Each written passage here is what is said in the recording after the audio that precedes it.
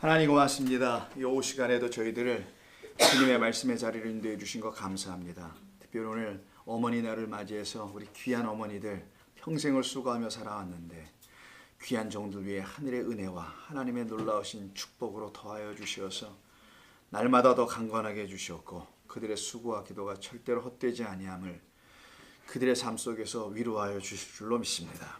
감사하며 예수님의 이름으로 기도드립니다. 아멘. 자, 창세기 오늘 30장 25절부터요 31장 13절까지 합니다. 창세기 30장 25절부터. 혹시 덥거나 그러세요? 딱 괜찮으세요? 예, 혹시 그러시면 잘하셨어요. 자, 30장 25절 한번 보시면은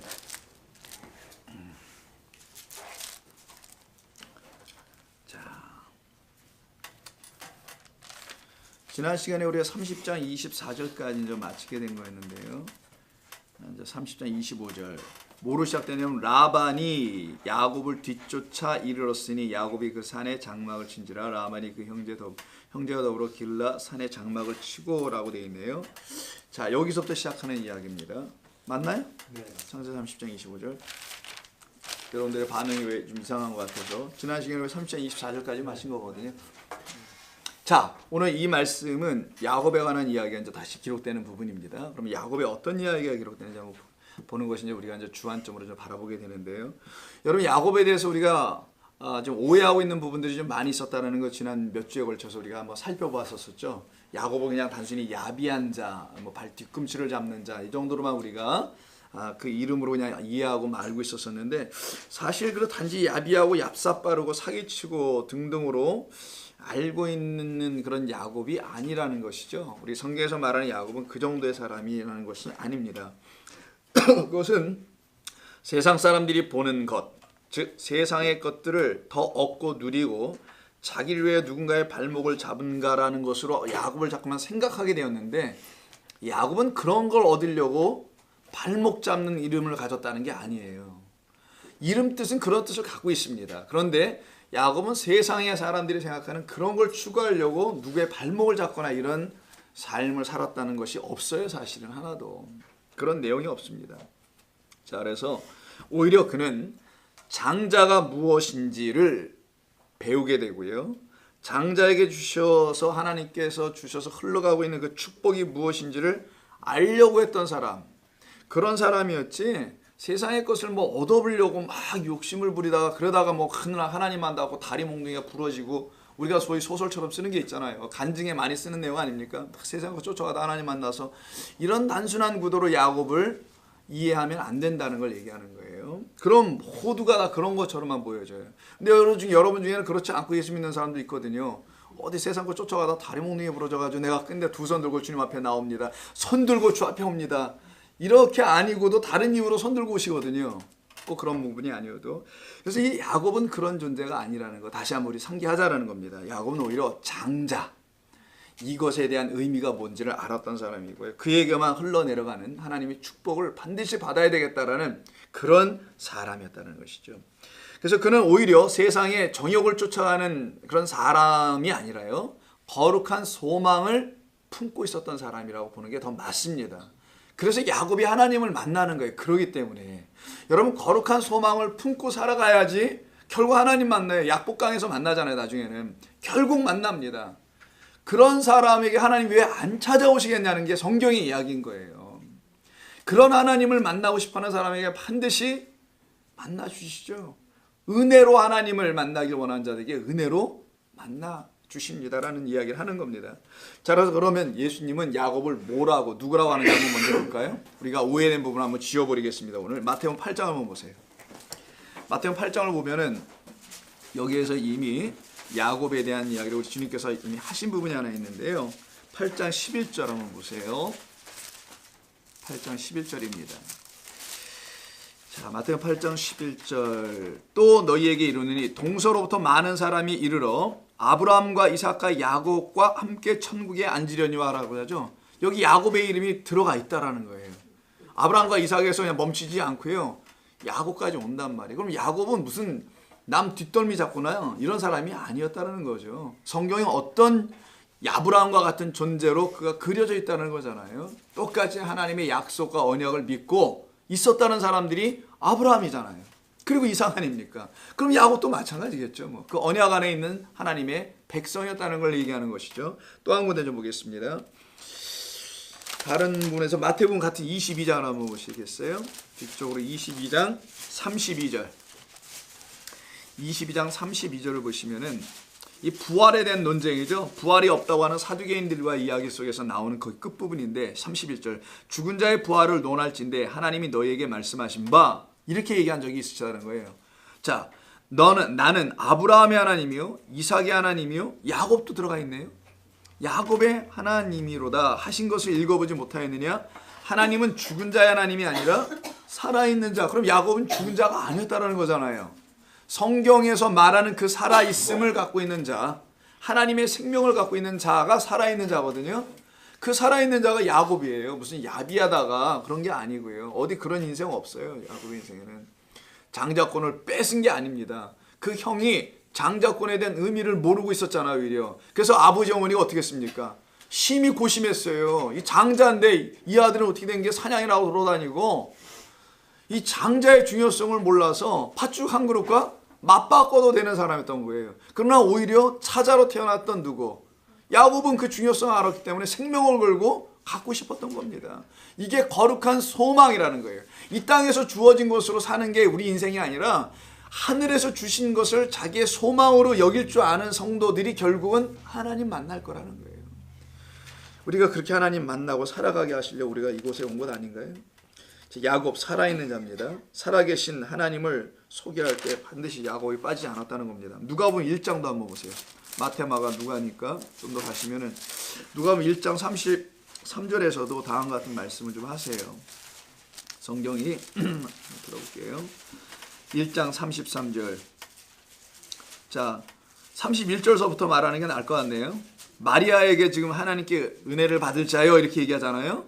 은혜 입었다는 말은 이건 창세에서부터 계속 나오는 거 아닙니까? 노아도 하나님의 은혜를 입은 자라. 아브라함도 하나님의 은혜 입은 자다. 계속 하나님의 은혜 입은 자들이 반복되다 30절에서 천사가 이르되 마리아여 무서워하지 말라. 내가 하나님께 은혜를 입었다. 하나님의 은혜를 너는 발견했다는 말이 입은 게 아니라 너는 하나님의 은혜를 발견했잖아. 이제는 성도 여러분, 여러분은 하나님의 은혜를 발견하는 거예요. 예수 믿으면서 나에게 자비를 부어주시구나. 지금도 내게 은혜를 부어주시는 하나님 계시는 걸 알아가는 거거든요. 신앙생활하는 것은 그렇게 알아가고 있는 한 신앙인, 한 여인의 이름이 그냥 마리아일 뿐이에요. 근데 마리아를 너무 특별하게 어떤 곳에서는 강조를 해가지고 좀 무리가 좀 일어나게 되는데, 보라, 네가 잉태하여 아들을 낳으리니 이름을 예수라 하라. 이 땅의 모든 마리아들은 다 예수를 잉태해야 된다는 걸 전제하는 겁니다. 그가 큰 자가 되고 지극히 높으신 이의 아들이라 일컬어질 것이요 주 하나님께서 그 조상 다윗의 왕위를 그에게 주시리니 영원히 야곱의 집을 왕으로 다스릴 것이라 하네요. 아, 야곱 사기꾼? 사기꾼의 집을 다스려요? 아니어야 되잖아요. 난 뭐 뒷덜미나 잡는, 발목이나 잡고 넘어뜨리는 그거 아닐 거 아니겠어요. 야곱의 집을 왕으로 다스릴 메시아가 야곱의 아들에게서 또 나오고요. 그리고 결국은 그 이스라엘의 집을 다스릴 메시아가 올 거라는 걸 얘기하죠. 그래서 그 나라는 영원할 것이다 라고 할 때 야곱의 집이 나와요. 그래서요. 자, 누가복음 13장 보겠습니다. 아니야, 오늘 야곱에 대한 오해는 완전 씻고 가자고 제가 계속 이어가는 겁니다. 13장 28절. 13장 28절. 자, 너희가 아브라함과 이삭과 야곱과 모든 선지자는, 이때 야곱이 선지자라네요. 그러면 아브라함만이 아니고요. 야곱이 선지자로 들어가요. 하나님의 나라에 있고 오직 너희는 밖에 쫓겨난 것을 볼 때 거기서 슬피 울며 이를 갈리라. 야곱의 이름이 이렇게 항상 중요할 땐 다 등장이 됩니다. 자, 한 번만 더 읽어볼게요. 너 두 군데 읽어야 되나? 자, 로마서 9장 13절. 로마서 9장 13절을 보시게 되면은 로마서에서 사도 바울이 이렇게 얘기합니다. 이건 인용한 거예요. 사도 바울의 사실은. 자, 13절. 기록된 바 내가 야곱은 사랑하고 에서는 미워하였다 하신과 같으니라. 아니, 하나님께서 야곱을 더 사랑하셨다네요. 이제 우리가 점점 이유를 알게 됩니다. 야곱을 사랑하셨던 이유는 다른 데 있지 않았다라는 거예요. 어디에 있었느냐? 바로 그가 사랑받을 짓을 했기 때문이라는 거예요. 여러분, 우리가 아이들도 보면 아유 쟤네가 뭐라 그러지?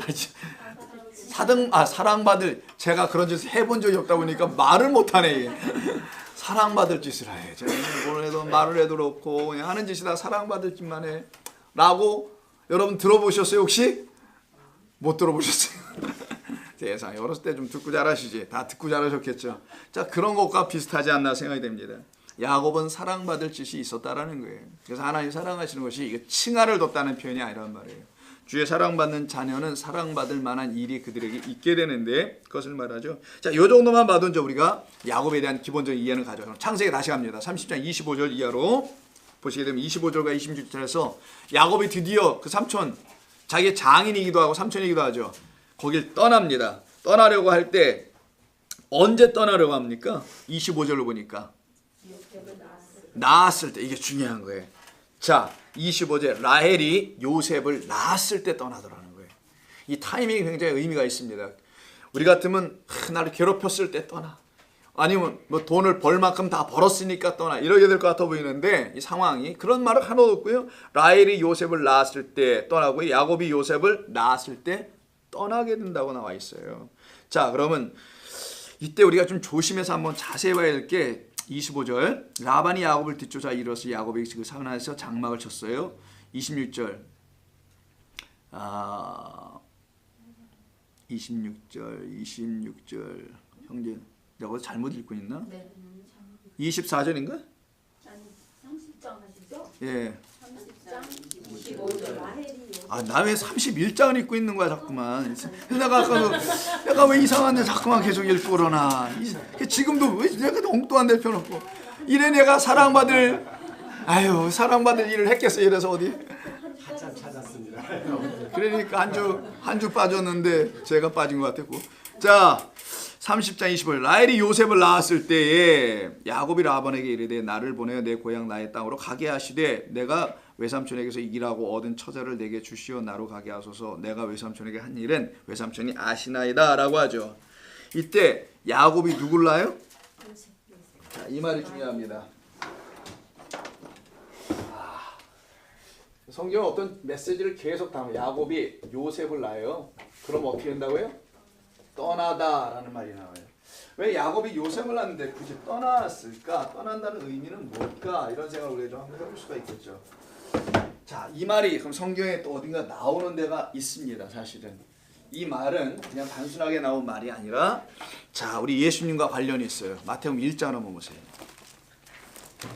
왜 이런 말이 있을 때 떠나는 건가? 왜 굳이 그냥 괴롭혀서 떠난 줄 알았는데 나는 그게 아니라는 거예요. 좀 떠나는 상황이.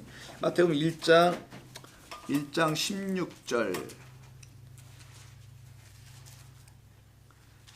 야곱은 마리아의 남편 누구? 요셉을 낳았다라고 하죠. 이런 말이 성경에 있네요. 이게 뭐 우연의 일치인가? 뭔가? 야곱은 요셉을 낳아요. 좀 아까 우리 본문에서도 야곱이 요셉을 난단 말이에요. 사실은 이 두 사람이 나니까 야곱이 요셉을 낳아. 그러니까 요셉 아버지가 당연히 구약성경에서는 야곱이죠. 근데 신약에서 예수 그리스도의 아버지가 육신으로 볼 때는 물론 요셉으로 보여지죠. 그 가문의 형태로 볼 땐 위로 올라가면 야곱이에요. 야곱이 요셉을 낳고 요셉이 예수 그리스도를 낳게 되는 그 인간의 계보로 올라온단 말이에요. 지금 여기에 지금 관련이 있네요. 자, 그럼 무슨 말을 하려고 하는 건가? 이게 어떤 의미인가? 자, 야곱이 요셉을 낳습니다. 요셉은 마리아의 남편으로 되어 있어요. 예수를 낳을 마리아입니다.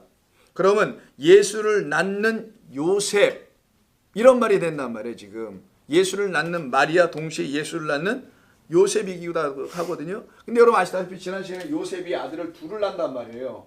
누구? 므낫세와 에브라임을 낳잖아요. 그래서 에브라임 쪽으로 넘어가죠. 므낫세로 가지 않고 장자의 흐름이 이쪽으로 넘어간단 말이에요. 그래서 우수가 올라가잖아요. 오른쪽 손이. 자, 그때 지난 시간에 기억하시라고 보고요. 바로 그 요셉을 낳았다라는 얘기예요. 자, 그럼 요셉을 낳는데 그 요셉 낳는다는 게 어떤 의미인가? 이 구약의 야곱과 신약의 야곱은 서로 밀접한 관계가 있다는 것을 한번 우리가 느껴보지 않겠냐는 거죠. 느낄 수 있지 않겠냐는 거. 자, 지난 시간에 기억나십니까? 이 에브라임의 뜻 자체가 혹시 기억나시나요? 그렇지, 많은 열매를 맺는다 이런 의미가 있었다 그랬죠. 그러니까 파라라는 뜻에서 나왔다는, 그래서 많은 열매를 맺게 한다는 뜻이 에브라임이다라는 거. 므낫세는 잊어버린다 뭐 이런 뜻을 갖고 있고요. 그래서 많은 열매를 갖는 에브라임, 이 에브라임을 낳게 하는 요셉을 누가? 야곱이 낳았을 때에 이런 의미가 있어요. 그러면 요셉을 통해서 결국 올 자는 누구냐면 그 아버지의 오른손이 올라갈 자인 많은 열매를 낳게 하는 에브라임까지 갈 거라는 거예요. 성경의 이야기는. 그래서 지파의 이름에 요셉이 안 들어가고 므낫세와 에브라임이 들어가는 거예요. 그래서 자, 그럼 이 에브라임이 많은 열매를 맺으면 이 가문의 이야기가 가만히 들어보니까 이거 구약이야. 신약을 보니까 똑같은 이야기가 있네요. 야곱이 요셉을 낳아. 요셉을 통해서 오는 아들이 하나 있어요. 그게 바로 예수 그리스도, 예수님이에요. 그러면 이 예수님도 똑같이 에브라임과 같다라는 걸 말하려고 하는 거잖아요. 지금 성경이 얘기하려는 건. 그럼 이 에브라임 통해서 많은 열매를 맺게 되면 예수님을 통해서도 많은 열매를 맺을 수밖에 없게 될까라는 거죠. 이게 좀 성경이 일단 말하려고 하는 거. 즉 많은 열매를 맺게 하는 요셉을 낳게 됐을 때에 라반을 떠나간다는 거예요. 지금. 즉 열매를 맺기 위하여 떠남의 사건이 나타나는 것이 오늘 성경의 시작점이에요. 지금. 자, 그러면은 정말 이 구약 성경의 에브라임이 많은 열매를 맺게 하듯이 신약 성경의 요셉의 아들인 즉 예수께서 많은 열매를 맺는 건가? 예수의 이름은 예슈아, 구원하다라는 뜻이거든. 여호와께서 구원하시나 이 뜻에서 그럼 열매를 맺는 것 맞는가? 맞지요. 왜냐하면 예수님께서 요한복음 12장에서 하신 말씀이 있어요. 요한복음 12장 24절 한번 보시겠어요?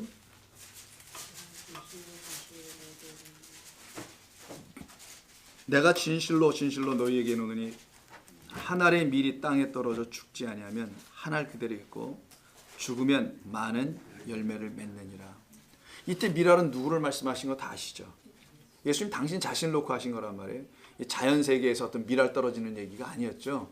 한 알의 밀로 오신 그 씨로 오신 당신을 얘기하는데 그 씨가 땅에 떨어져 죽으면 많은 열매를 맺어서 많은 열매를 맺으려면 조건이 죽음이라는 것이 전제됐다라는 거죠. 그래서 요셉을 낳고 라헬이 떠나가다가 길가에서 누구까지 나요? 지난 시간에 베냐민 낳다가 죽었던 거 기억나시죠?